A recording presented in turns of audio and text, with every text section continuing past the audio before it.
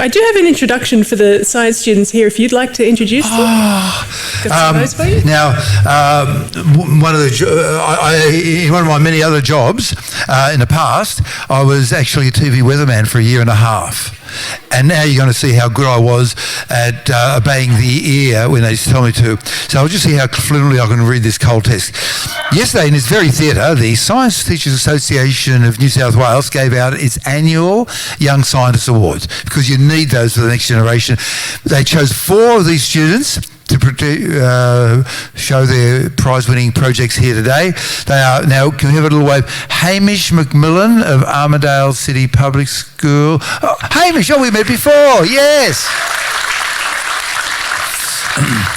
I've met all of these. I'm so lucky. Romilly Marani, where are you again? Oh, hello. We've got some very nice photos together on that. Rose Tan. Oh, Rose. Hi there. Welcome. Thank you. And Sienna Colossi. Yeah, yep. And these are of Pymble Ladies College.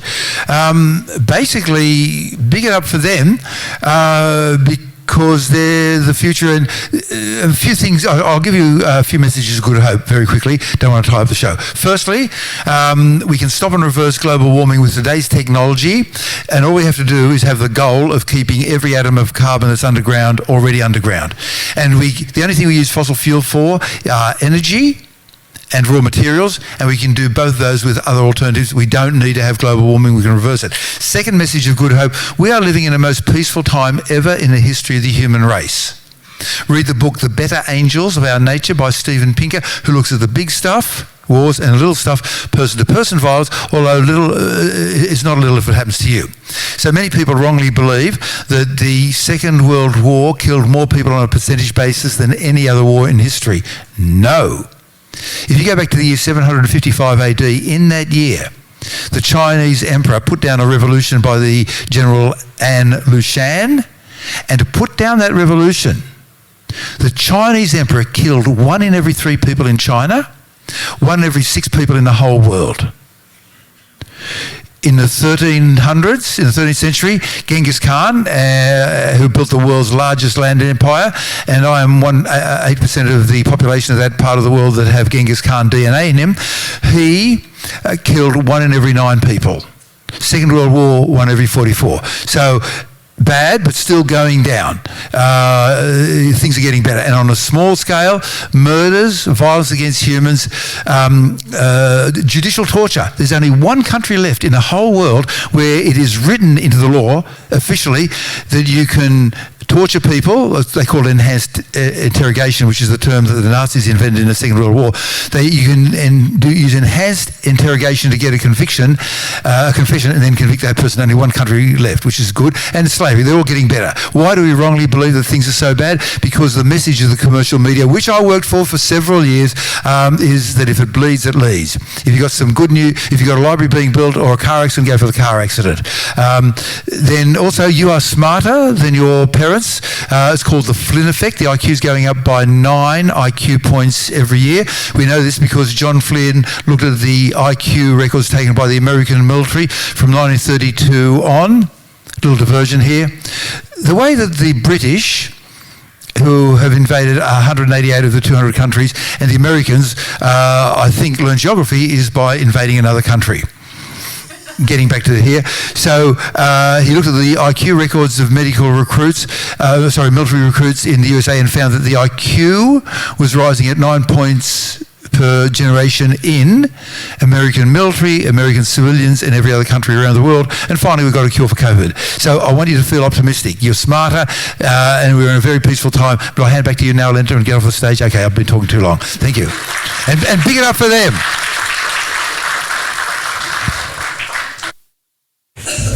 Without further ado, I think we'll bring on Hamish McMillan. Round of applause, please.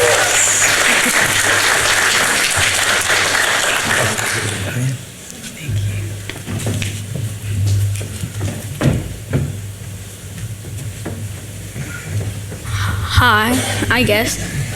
Here, we'll bring the microphone to you. So my name is And louder.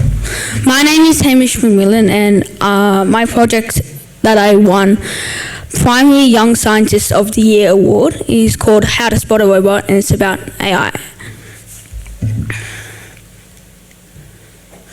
Right, so to start off, I saw a lot of these AI Facebook images which are completely like AI. Like that moose has an extra leg, I think, at the back, and it's got, this image has 4.3 thousand likes, 461 comments and 312 shares, but it looks just completely AI and it's not real. So that's basically my start of my project. I looked at a bunch of images and like these and thought, how are people so dumb to to look at an image like this and think it's actually real? So I decided to do an experiment to investigate how well people could identify AI-generated images. My hypothesis was that if people looked at the image for longer, they should be able to tell whether the image is AI or real. So I designed my experiment as a survey. In the survey, I took 24 images. Half of them were of real people and half I made using AI. I divided them into 3 groups where people had different amounts of time to look at them and decide whether they were AI or real. Before I show you my results, I thought it would be fun to put you to the test. I'm going to show you some of my images and you can see how well you do at picking whether if they are AI or real. We will start with the easy one.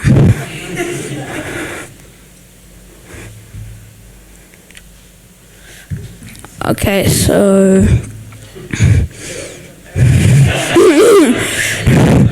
put your hand up if you think this image is AI. Put your hand up if you think it is real. This is an AI-generated image. 98 of people I surveyed got this correct.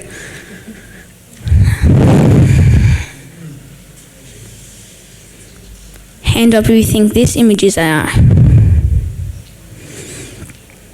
Hand up if you think it is real. Okay, this is a real person. 42% of people got this correct.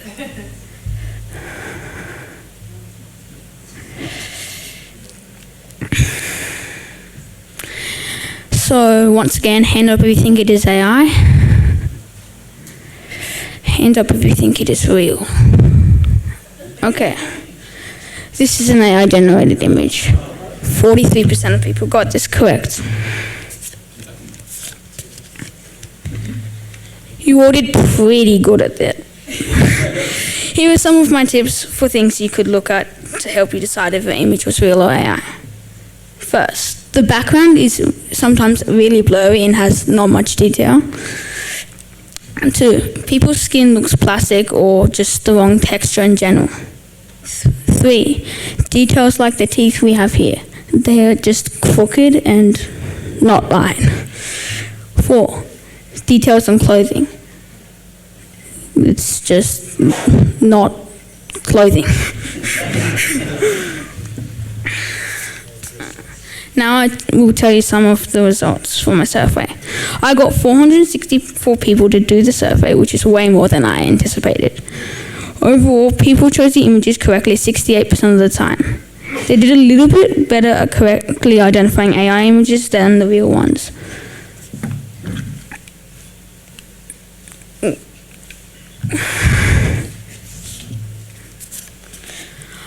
My hypothesis was that people would do better when they had a longer time to look at the images. In my results, you can see that people actually did worse when they had the longest time. But overall, there wasn't a big difference across times. Maybe because they got it worse at 20 seconds is because they just rethought over and over again and like maybe decided if it was real or AI, different factors, and yeah, they second guessed, I guess.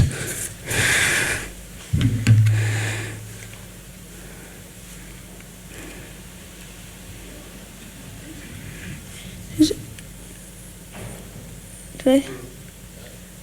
Oh, okay. This made me think that some other factors were having an impact on people's ability to pick the AI image correctly.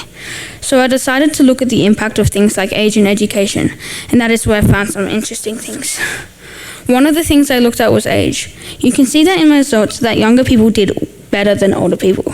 I think this is probably because younger people are generally more familiar with technology and things like AI. The next thing I looked at was education level. In my results, you can see that people if they had finished year 12 or higher, they did better. I think maybe having a higher levels of education might help people be better at critical thinking, logic, and reasoning. The last thing I looked at was people's knowledge of AI. In my results, people who said they had more knowledge of AI actually did better on the test. This makes sense. If they knew more about AI, they'd probably have a better chance of what to look for in the pictures. The conclusions I have made from my experiment are that if you want people to correctly identify AI images, they should keep getting education, stay in school, learn more about AI and how it works, and learn the features of AI images. Thank you.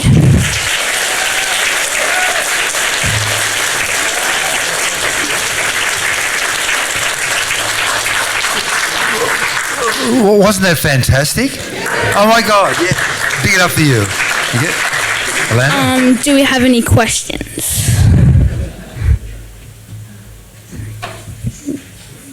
Yes, I was just wondering, one of them you said you based it on people's knowledge of AI. I wondered how you assess that knowledge. Can you repeat the question? So we can have the question go out to the streaming people as well. And good luck with it. You're doing very well with this microphone. You're up there at Taylor Swift standard of excellence. Okay, one of your slides you had people assessed by their knowledge of AI from, practically none to lots, and I'm wondering how that knowledge of AI was assessed. So in my survey, I had different questions at the start. Like I would ask what their gender was, what their age, and then the level of education. And then we asked them to rate themselves on a scale of none to really good on AI and what their knowledge was. So they would kind of self-evaluate themselves. So were people more likely to think something was AI when it wasn't, or more likely to think it was whatever I said the other way around? and was there a difference in the different education levels and ages as to whether people were more likely to say it was AI when it wasn't, or more likely to say it was real when it wasn't? So your first question was that I can answer it. People thought real people were AI more than AI people were real. So, and for the age and education question, I don't actually really know the answer to that because I didn't look in depth like a lot, but just a little bit.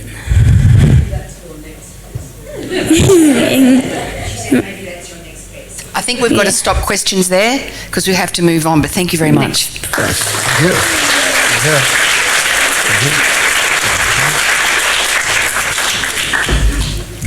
Congratulations, Hamish. We're going to bring up our next fantastic student scientist. Please welcome to the stage, Romilly Marani.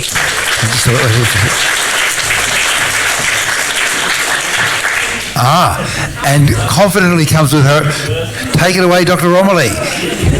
So just talk loudly into the microphone, keep it close to your mouth and a bit closer. Okay, excellent. Good morning, Dr. Carl, Australia Skeptics, ladies and gentlemen. My name is Romilly Marani. I am in Year 5 at Presbyterian Ladies College, Sydney. Thank you for the opportunity to present my Science Teachers Association of New South Wales Young Scientist 2024 competition project. My project was called Mirror, Mirror on the Wall, which product prevents dehydration of my skin best of all? I first got the idea to study skincare when many girls at school started raving about their favourite products.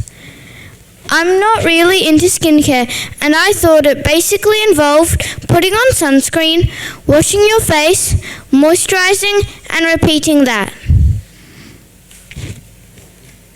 Turns out I was wrong. It was estimated that in 2023, the global skincare market was $110 billion US.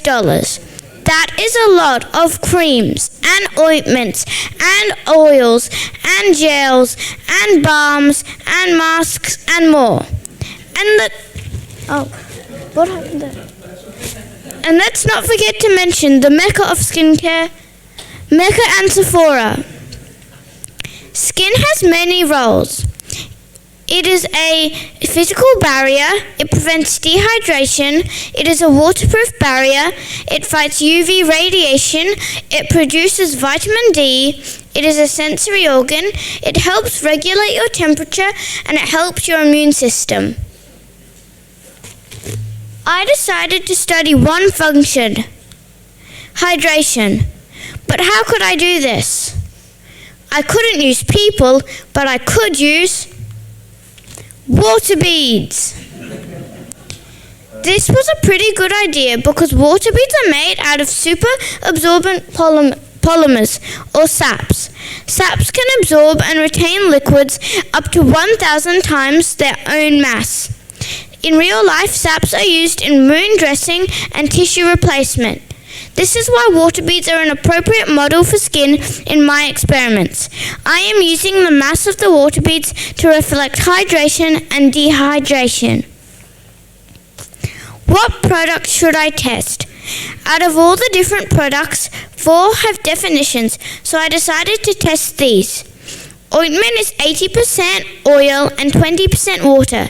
It is thick and greasy and it forms a strong barrier. Cream is 50-50 oil and water. It is in between ointment and lotion in thickness, and it is easy to apply. Lotion is more than 50% water. It is non-greasy and easy to put on. Oil has no water. It is very greasy and quite thin. These are the products I tested. From left to right, QV ointment, QV cream, QV lotion, Johnson's baby oil, and Coles extra mild olive oil. I used the QV brand wherever I could to standardize the fragrances added. Johnson's baby oil is a popular brand, and Coles olive oil is what my grandfather uses. Now to the real experiments. These are my aims. For experiment 1, I wanted to find out which substance was the most effective at hydrating water beads. For experiment 2, I wanted to find out which substance was the most effective at preventing dehydration of water beads. For experiment 3, I chose the substance that performed the best in experiment 2. Spoiler alert, it was cream, and I then compared a range of brands of creams of different prices to see which one was the most effective at preventing dehydration of the water beads. These are my hypotheses. For experiment 1, I thought that lotion would be the most effective at hydrating water beads because it has the highest water content. For experiment 2, I thought that ointment would be the most effective at preventing dehydration of water beads because it forms a strong barrier. For experiment 3, I thought that QV cream would be the most effective at preventing dehydration of water beads because it is what my GP and mum both recommend. I will briefly cover my equipment and methods. To select which water beads I wanted to use, I compared a range of different brands with different soaking times and different volumes of water until I found the optimal conditions that gave me water beads that had similar masses and were plump but not too fragile. I used ice cube trays to keep my experiment in. I labelled each hole and each row held a different substance. You've seen this before. It is the substances that I tested. These are the creams I tested in experiment 3. From left to right, Redwin cream, QV cream, Nivea cream, La Roche-Posay, which my chemist gave me a free sample of, and Clarins, which is my mum's. For experiment 1, I selected dry water beads with masses between 0.019 and 0.021 grams. I placed one water bead in one hole of the ice cube trays. I measured their mass with reference to their row and column. I applied standardized amounts of substance. Each row held a different substance plus a control row. This meant that each substance had 7 beads. The top row here is the control with nothing applied, then olive oil and baby oil. I used a 0.5 milliliter pipette for these. Then lotion and cream. For these, I dipped one cotton bud vertically into the substance and applied it to the bead.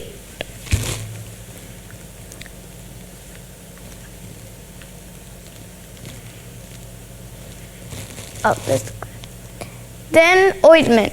For ointment, I used a 125 ml spatula worth. I recorded their masses again, and I also recorded their masses at 24 hours and at 48 hours. I used Google Sheets for my data. For experiment 2, I selected dry water beads that had I hydrated around 100 water beads. I did this by placing 2 beads along with 6 ml of water into one hole of the ice cube tray for 12 hours.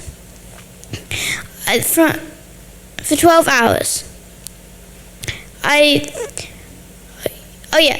With similar masses. From then on, it was the same as experiment 1, except that I recorded their masses daily for 14 days. Experiment 3 had the same method as experiment 2, except I used different substances. They were my creams.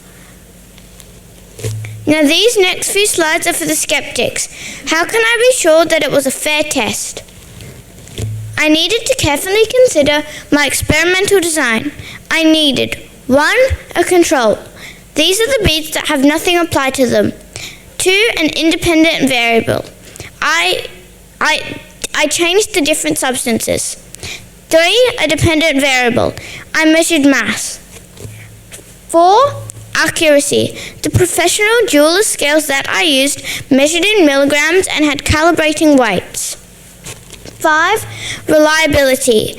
Each substance had 7 beads, which meant I could calculate a mean, median, and range. 6. Validity. I had a control and I standardized where I could. 7. Standardization. I've already spoken about how I standardized the initial hydration of the water beads as well as the application of the substances. To standardize the environment, I kept my experiments in our downstairs bathroom, which I've been doing with my science projects for the last 3 years. I chose this room because it has the most stable temperature and humidity. My dad and brother are very sick of it, but at least I don't have hydrochloric acid like I did last year. And now to where the money is, the results. This is experiment 1 at the start. Now, at 48 hours. You can see that there is no obvious difference, so let's look at the data. This graph shows the mean net mass of the water beads with substances applied at the start, which is pink, at 24 hours, which is light blue, and at 48 hours, which is navy. This graph shows 3 things: mass, substance applied, control, olive oil, baby oil, lotion, cream, ointment, and time. You can see that at the 24-hour mark, which is light blue, the water beads that had lotion applied to them had the highest mean net mass, which I interpreted as being the most effective at hydrating water beads. However, at the 48-hour mark, the control had the highest mean net mass. So what's going on? I don't know for sure, but I think that my hypothesis was partially correct. Maybe lotion, which has the highest water content, allowed the most movement of water into the beads by osmosis. But after that, water could only enter the beads through the air, which could happen freely in the control, but the other substances acted as barriers. This is experiment 2 at the start. Now, on day 7, there is a big difference here, and you can see that lotion and QV cream are the largest. Apologies for this graph. It was the best I could do, but it is still very busy. It still shows mass, substance, which is the same as the previous graph, and time. All substances delayed the initial decrease in mean mass that happened on day 1 to the control. Here, this drop happened on day 2 for olive oil and baby oil, day 3 for ointment, day 4 for lotion, and day 5 for cream. This means that my hypothesis was incorrect. Ointment was not the most effective at preventing dehydration. QV cream was. I think that this may be because cream has a higher water content, but it is also easily applied to form a complete barrier to prevent evaporation. Ointment was tricky to apply, so it may not have had a full barrier. This is experiment 3 at the start. Now, on day 7, you can see that the beads that have Redwin and QV applied look the largest. This is my last crazy graph. It still shows mass, substance, control, Redwin, QV, Nivea, La Roche-Posay, and Clarins, and time. You can see that QV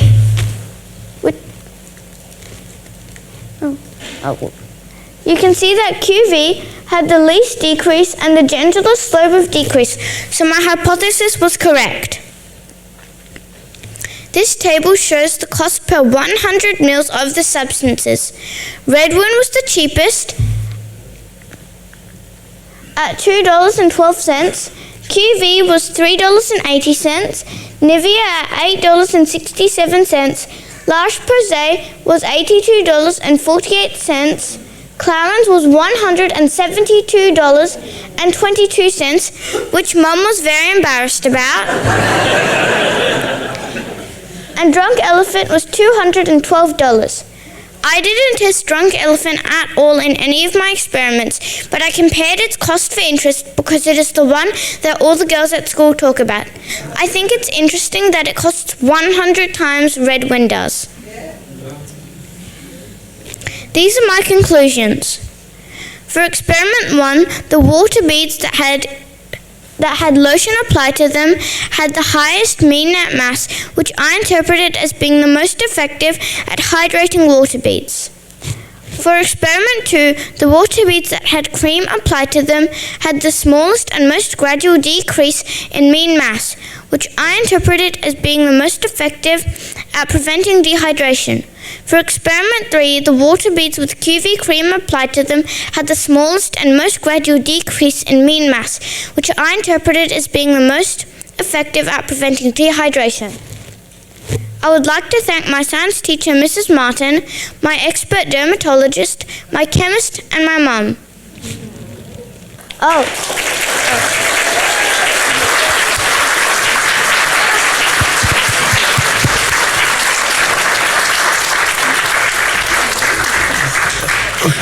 How long did that take? Did you find such depth of detail and accuracy and consistency? How long did that take you? Into the microphone? Around the whole year to do the thing. That is amazing. And I do like the coincidence that one product was exactly 100 times more than the other product. Beautiful. Congratulations. We have time to take a couple of questions. No time for questions. All right. Sorry. But look, come and find you afterwards and ask questions. There's a lot in what you've done. Big hand, please.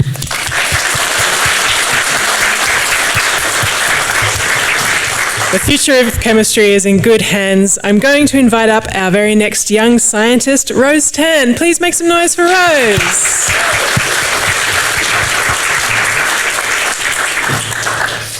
So just the microphone, do the Taylor Swift thing, have it about this far from your mouth, lean into it and take it away. Hi, I'm Rose Tan and I'm from Presbyterian Ladies College, and today I'll be talking about boba. So yeah. So put your hand up if you've ever seen boba before or you've drunk it, and yeah, so quite a majority of you. So what actually is bubble tea and what does it contain? So bubble tea is originally a Taiwanese recipe created in the 1980s, and it is made by blending tea with milk, fruit juices or syrups and adding tasty tapioca pearls. And you can see the pearls in the bottom of that cup. And so, yeah, the global bubble tea market is valued at $2.4 billion which in 2023, and the Asia Pacific region dominates in the bubble tea market with a share of 42%, which is quite a lot. And the bubble tea trend has continued to soar over Western countries such as Canada and the UK, and in India, the bubble tea market is worth $450 million, which is quite a lot, and as you can see in this graph here. So why is bubble tea so popular? So there's an increasing demand for tea and coffee-based drinks amongst the younger generations, and it's fueled by the availability of a wide range of flavours, and the ability to experiment with syrups and additions to your tea. So you can customise it. So for example, if you wanted lychee jelly, which you can see down there, you can add that, or you can add the normal boba pearls. So apart from these great customisation ideas, popularity and flavours, is bubble tea actually good for you? So with an increasing consumption of bubble tea, there's been a spotlight thrown on the negative health impacts of this drink. So boba tea is considered generally safe to drink in moderation. The average number of cups of boba tea consumed per person in a year in Taiwan is between 50 and 70, with an average of 20 pearls per drink. And so this is a considerable amount of bubble tea. Now, the sugar content is incredibly high, and these large quantities of sugar can cause an increased risk of diabetes. Now, these protein pearls, also known as the boba pearls, also known as tapioca pearls, have a number of binding agents in their production which have been linked to serious health problems, such as bowel obstruction. As you can see from this x-ray, there are over 100 undigested boba inside a 15-year-old girl's intestines, causing bowel obstruction. It is possible that the tapioca pearls, a foreign body, passes into the duodenum, causing bowel obstruction. Now, my experiment looked at whether boba pearls and their differing compositions were broken down or digested using a simulated stomach model. My hypothesis was that certain boba pearls containing binding agents were not broken down, and my hypothesis was that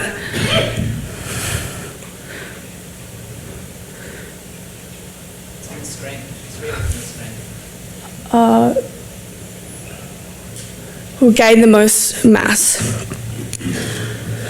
Now, these are the boba pearls that I used.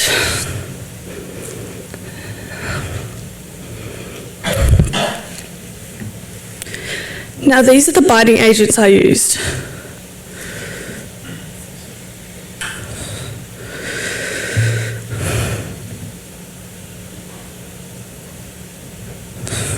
Now, when these binding agents get ingested, the binding agents CMC and guar gum are typically used in production to hold the pearls together.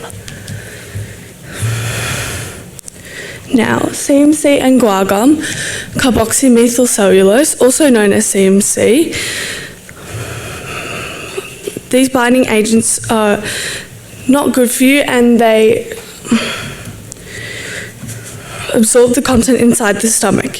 and the binding agents don't allow breakdown. In turn, this causes an obstruction and blockage in the intestine.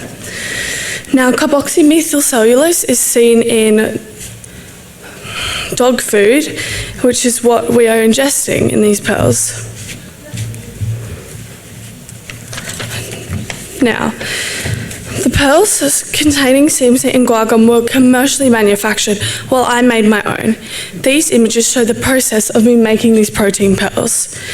As you can see in image 1, the water was first heated on the stove to 87.5 degrees Celsius to dissolve the gelatin powder and unravel the protein. In the third and fourth image, the syringe was then used to inject approximately 1 ml of the resulting liquid into the cool oil bath. Now, the long chains of proteins then interlace when cooled, creating a surface that encases the remaining liquid in a pearl-like structure, resulting in these red pearls in the fifth image. Now, to set up my experiment, I started by labelling Ziploc bags for each test group. This is seen in the first image. Control, acid, and acid plus pepsin for each pearl type,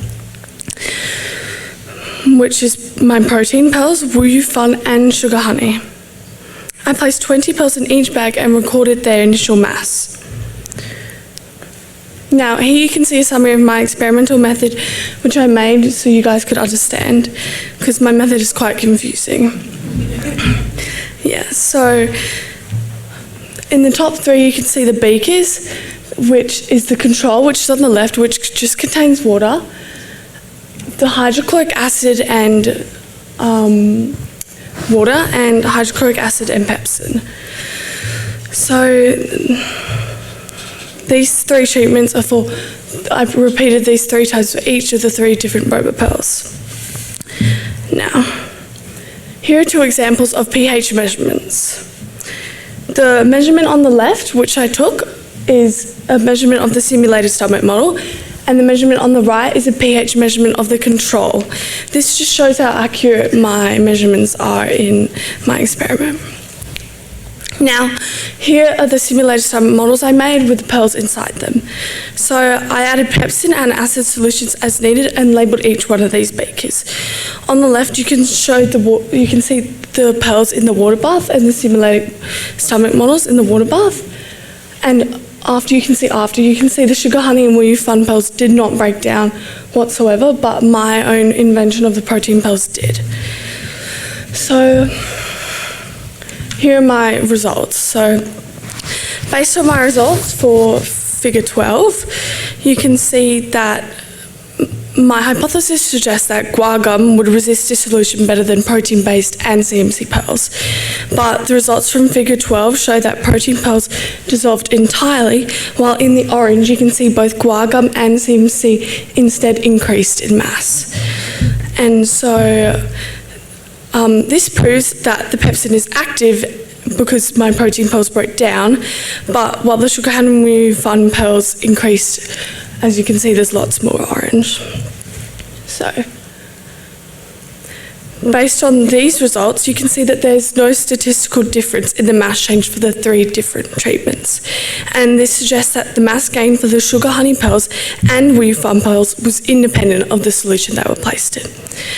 Now, in figure 13, the average mass gain for Woo Fun pearls containing guar gum were placed in the hydrochloric acid was 1.89 grams.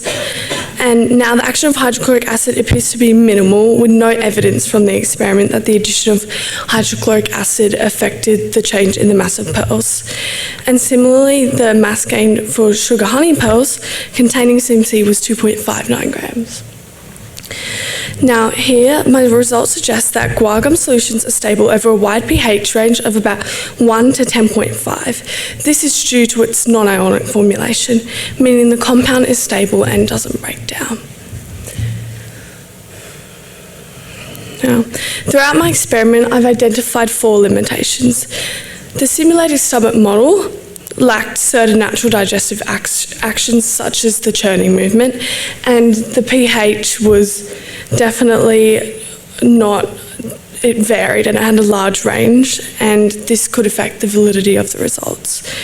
And so future improvements could include stirring and to better mimic stomach conditions. So, in conclusion, the Wu Fun and sugar honey pearls were not significantly digested and in fact gained mass. These results suggest that the ingestion of large amounts of guar containing pearls, particularly without chewing, should be cautioned against. Given the rapid rise in boba tea consumption, advice on their potential harmful effects should be made available to consumers. And so to all the boba tea fans out there, please drink in moderation or this could happen to you. So thank you.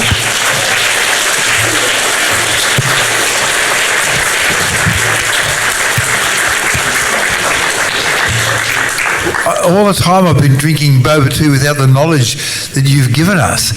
So you're saying that the commercial pearls are not digested and they essentially come out the other end looking the same. And if you've got too many, then you just block the system up? Yes, like that photo there. Is it possible to reformulate them so they would break down the gut? Not that I'm encouraging people to drink cubic metres of boba tea, but is it possible to make them safer for the general public? Well, that is what I tried to do, and I tried to create my own invention of the protein pearls in order to make it safer for the public. And you found that? And I found that it did work and it did break down in the simulated stomach model. So you'll start marketing this for the public good? Possibly, yes. I mean, it is good for not everybody will be moderate. Yeah. And so if you've got some that have a fail-safe mechanism built in, well, congratulations. That is just such an amazing thing you've done. Here, stay there. We do have, hold your fire. I do think we have time for one or two questions from the audience. Come back again. So come back. And we're waiting for the microphone to run across. And we've got a person. Oh, over there in front of the TV, the clock monitor at the back.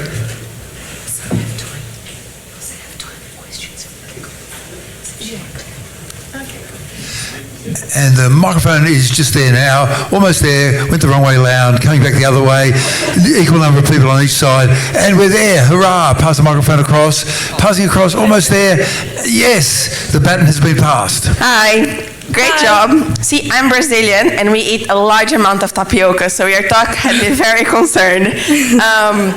So is it the binding agent itself that makes them non-digestible, or is it like the tapioca itself?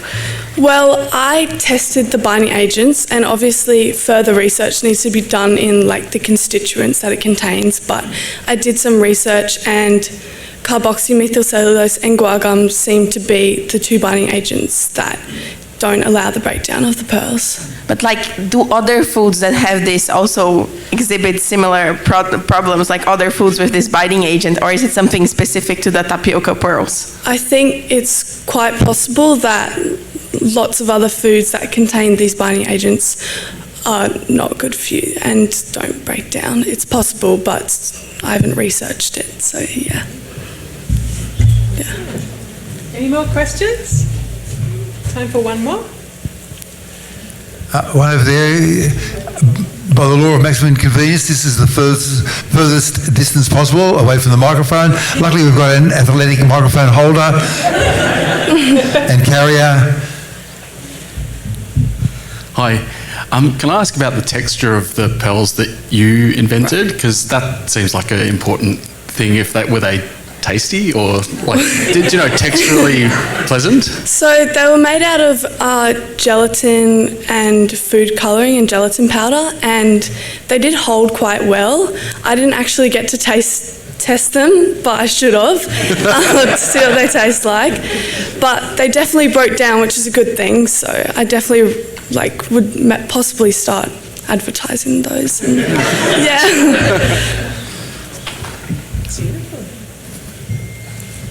I think that's it. Round of applause.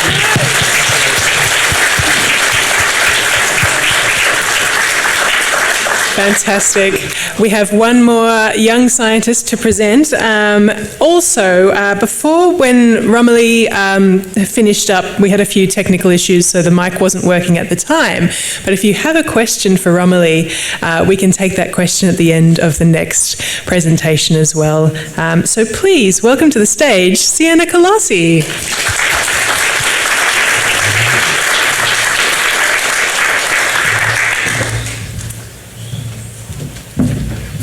About there, that's good. you. About that far away. Have you ever bitten into a piece of steak and stopped because it's chewy, unpalatable, almost tough? Or have you simply walked past the steak aisle in the supermarket because the price for steak is too high and the cheaper cuts are just not tender enough to eat and enjoy it? Well, don't worry, because my experiment, Can Native Australian Fruits Tenderise Meat, aimed to test whether native Australian fruits could tenderise meat and make your meat more palatable. So, what I will be talking about today. So firstly, I will be talking about some background information, and then... background information. So there are several...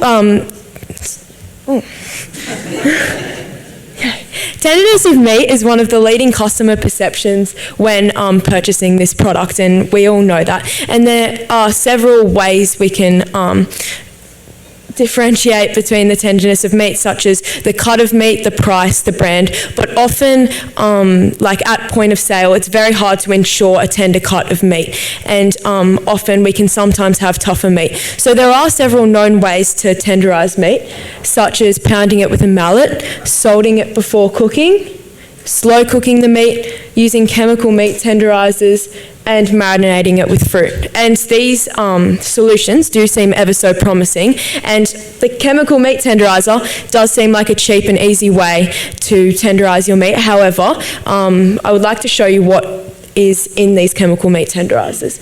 So the main ingredient is papain, which is a derivative from papaya, and it's a plant-based protease enzyme, which is completely healthy and good for consumption, and it works by breaking apart the muscle fibre in meat through the process of hydrolysis. However, although this is a good product, these meat tenderisers also contain preservatives, dextrose, humectants, and acetaminophen, which is not recommended in high amounts. So, although these do seem promising, it's not the most ideal tenderiser, and we can probably find better ways of tenderising meat. So, the makeup of meat. So, meat is made up of muscle and connective tissues and fibrous collagen proteins, which are found. They're large molecules made up of amino acids joined by peptide bonds, and they're found in the upper and lower endomysium of the meat. So there are some fruits which have been found to contain sufficient protease enzymes to break down these fibres in the meat, and enzymes are catalysts which speed up the rate of chemical reactions, and here is the mechanism of enzyme activity, which works by breaking down substrates, making the meat more tender. So proteases from fruit act by breaking apart these collagen proteins, and this is classified as exogenous tenderization. So there are certain fruits which are known to have sufficient protease enzymes, and there has been lots of research on these fruits, which is kiwi fruit, pineapple, and papaya. So you have probably heard tenderize your meat with kiwi by marinating it overnight. But I wanted to know if native Australian fruits could tenderise meat, because although there has been so much research on kiwi fruit, pineapple, papaya, there has been barely any research, well, I couldn't find any research on native Australian fruits, and I wanted to know whether these fruits could tenderise meat, because it could preserve our cultural heritage, and really Indigenous Australians did use these fruits a lot in cooking in the past, so I wanted to know whether they could pose these tenderising effects and carry on the traditions of using these cultural fruits. And also because in some areas in Australia these fruits are very abundant, especially when they're in season, so we might as well find a use for them, such as tenderising our meat. So how I selected the materials. So first I did some research on the bioactive properties of these fruits, and whether there was not a lot of information, I had to say, but whether any of these fruits contain traces of enzymes such as bromine, protease. And I did find that Kakadu plum, Davidson plum, and Kwandong did kind of indicate that they would possibly have the highest amounts of these enzymes. So I chose those fruits, And then I chose a cheap, tough cut of meat, so I used chuck because I wanted to stimulate real-world application of tenderising these tougher cuts of meat instead of wasting them. And a scientist in residence at my school created the tensile strength monitor for me, which would measure the shear force required to break apart the meat in grams. So,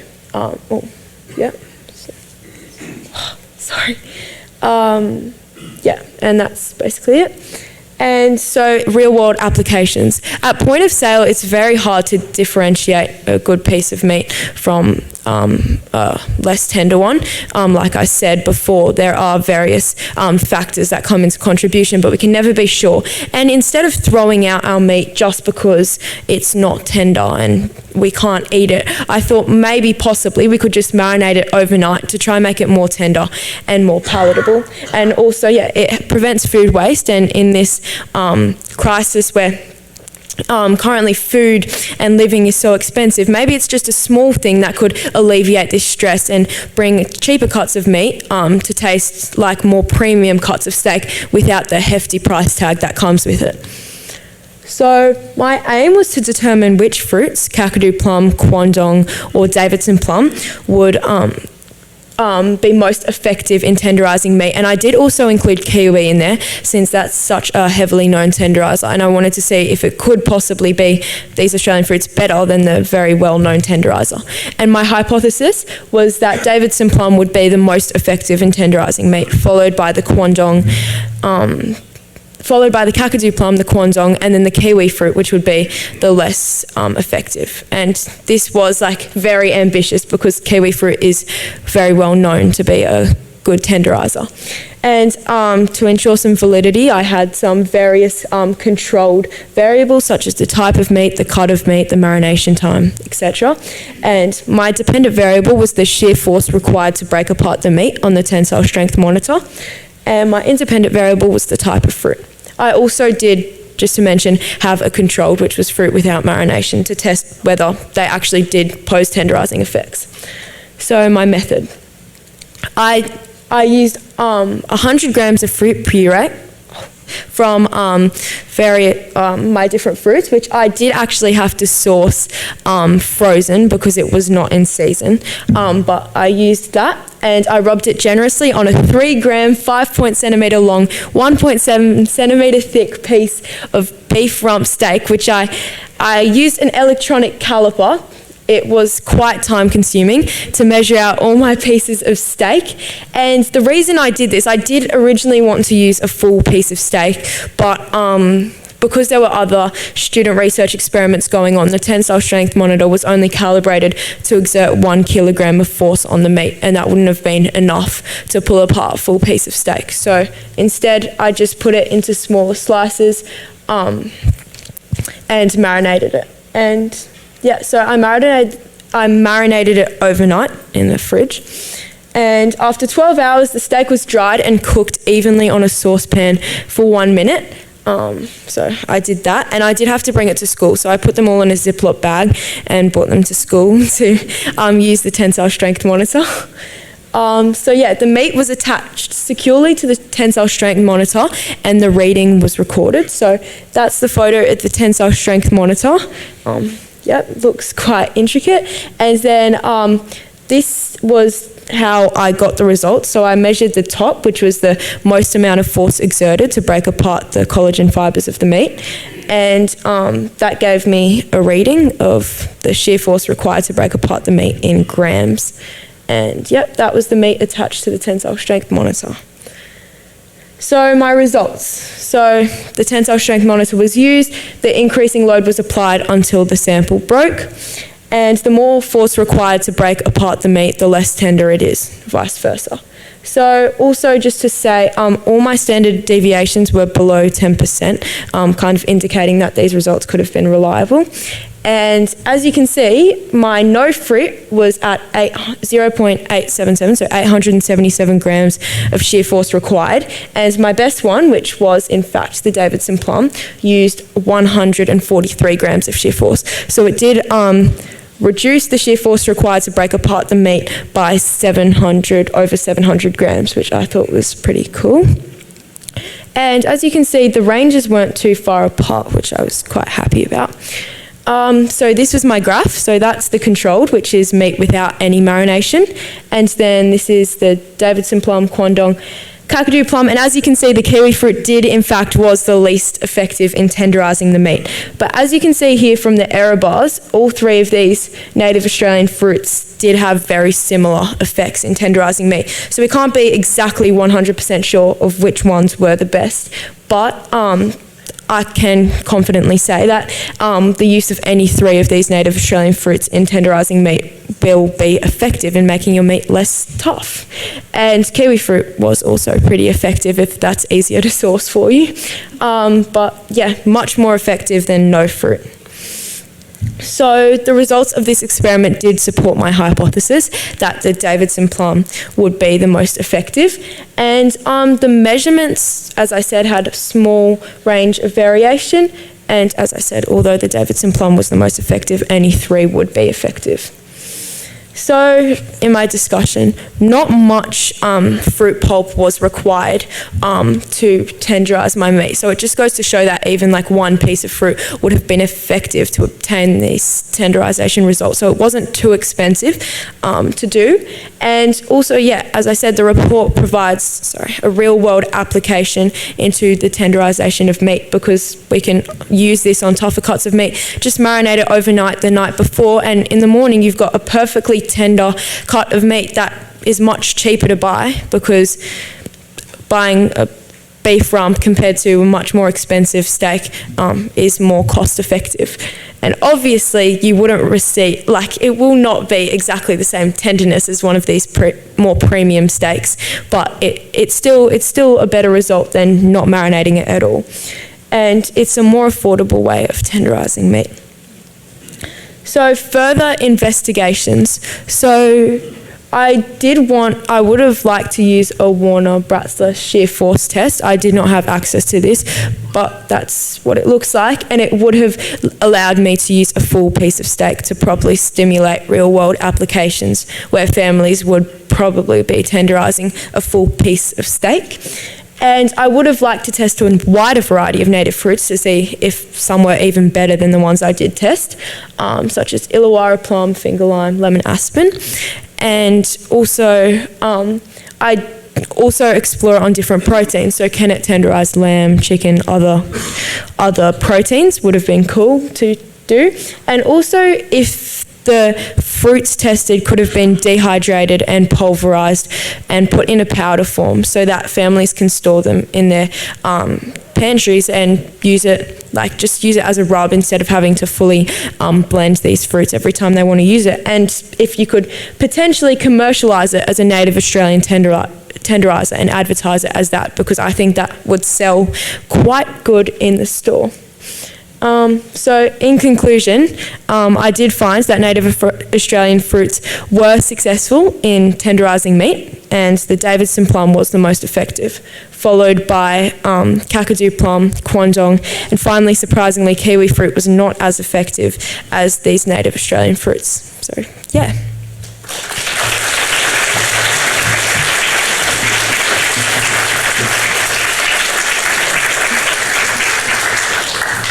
Congratulations, and what an amazingly detailed amount of work you did. So we're ready for questions first. So question from the audience, well over there, and another microphone. Here we go.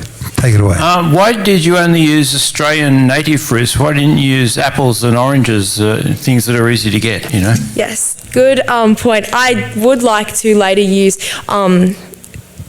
fruits that are more available in store to see whether they could pose tenderising effects, but mainly just because barely anything was done on native Australian fruits, and other experiments have been done on these store-bought fruits. And also, like I said, I just think it's a nice way to look back on Australian culture and see whether we can use the fruits of our land to tenderise our meat. And in some communities, these fruits are very abundant, and just to have a use for this. Obviously in Sydney it may be harder to source these fruits, but in other areas it may be much easier. Another microphone running down to the front here. Thank you. I'm Cheryl Backhouse and I organise the Queensland Bush Food Association. So I look forward to passing on all your experiments and information to our group. Thank you very much. And more questions over there. Yep.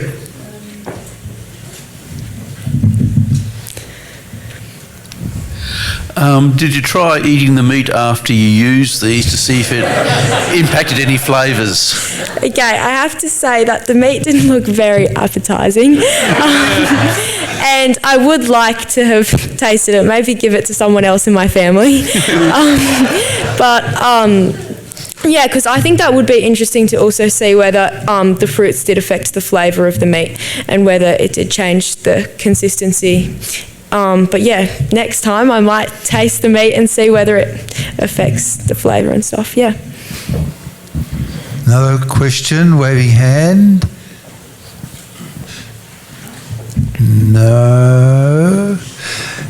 So, did you realise that you would find such differences, or did you have any hint that you'd be finding big differences? Not really, to be honest, because to be quite honest, my hypothesis was quite the wild guess because there wasn't a lot of background information on whether these fruits, like I just kept trying to find anything and it didn't really come up. So I didn't really have an idea. But the scientists in residence at my school said it could possibly be a really good science project that could pose like new evidence that I hadn't. Wow. Big hand here for Sienna. Thank you.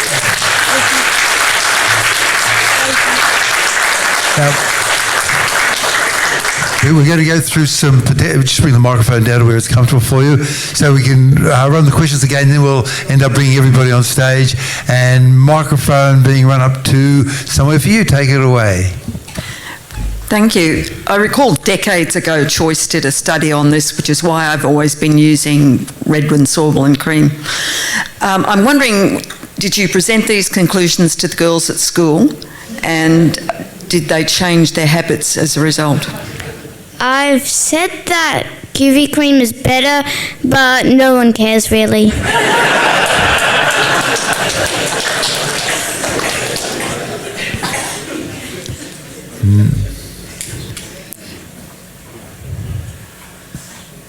No. How did you stay there? One at the back, yeah, thank you. So we're just filling in the gaps. For the technical side. Was that Redken cream a sorbitol or sorbitol and 10% glycerine? I don't know. No, I can't remember either. Okay.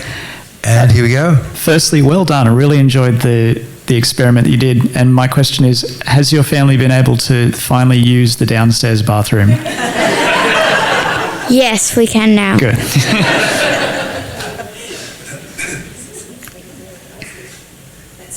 Okay, so don't go away. So we'll bring everybody up on stage now. So come over here.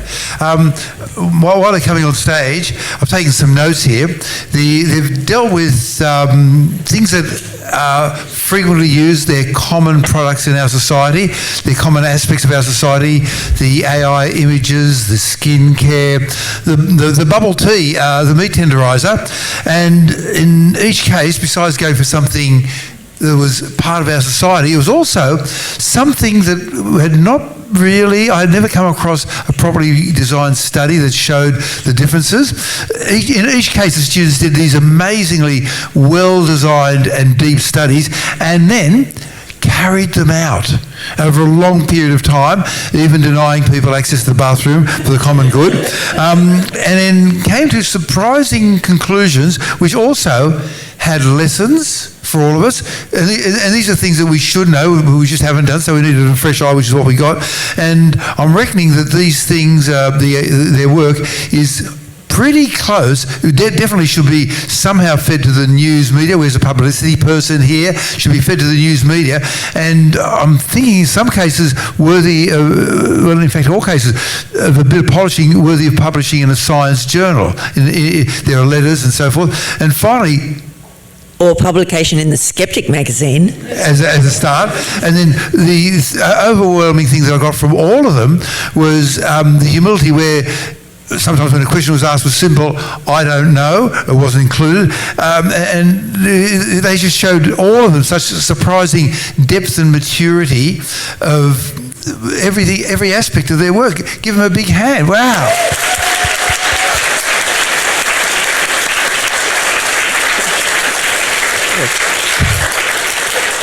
Yes, and if I could just add, I was blown away by the presentations. They were so polished, so wonderful.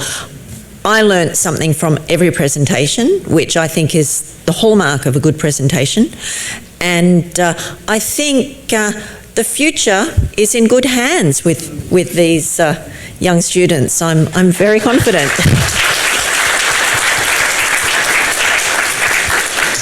Now, the original plan was to give each of them a BMW, a block of flats in Tasmania, but there were budgetary restraints.